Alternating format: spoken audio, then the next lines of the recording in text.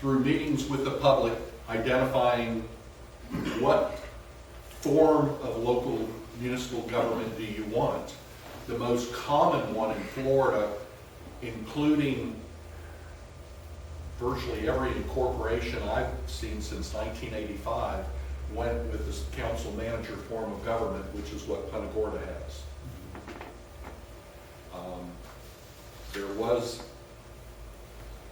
several incorporation attempts in an area called Point Siena, which is primarily people from Puerto Rico who don't trust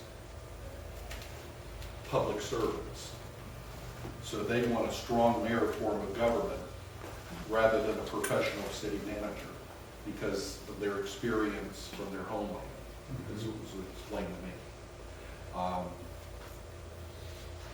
A likely scenario would be you would probably want to start looking at Punta Gorda's charter, since they're a neighbor, and look at some other charters. There is a inexpensive publication called the Model City Charter that the National Civic League out of, I believe they're out of Denver, Colorado,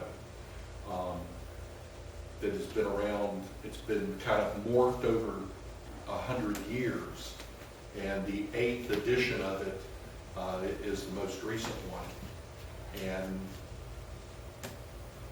using that plus maybe Punta Gorda, or maybe there's another municipality that you might want to look at, but in concert you would look at the different things and say, what is it that the people here would want? If you're agreeable to the city manager form of government, that's great. Now, how many elected officials do we want? Do we want 5 is the most common. Next, what's their term of office? It's pretty well, there's 411 cities, and it's pretty equal between 2-year terms, 3-year terms, and 4-year terms. 2-year terms,